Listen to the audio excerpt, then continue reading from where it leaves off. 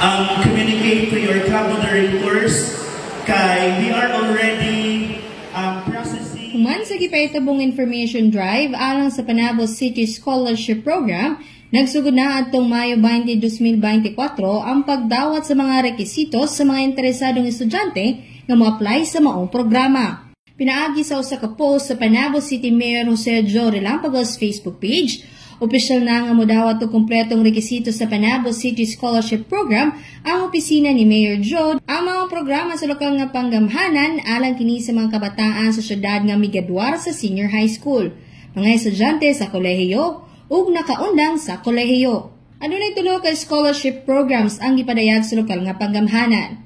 Una, ang Scholar ng Lungsod.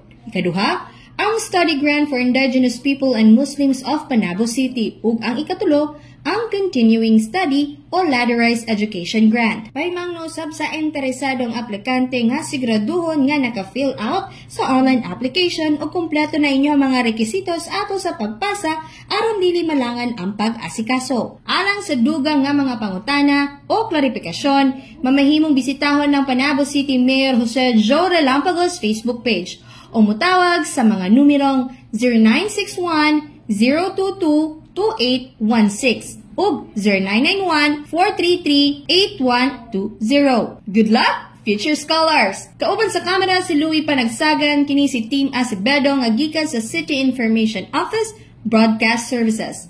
Alang sa Frontline News Panabo, importante, informed.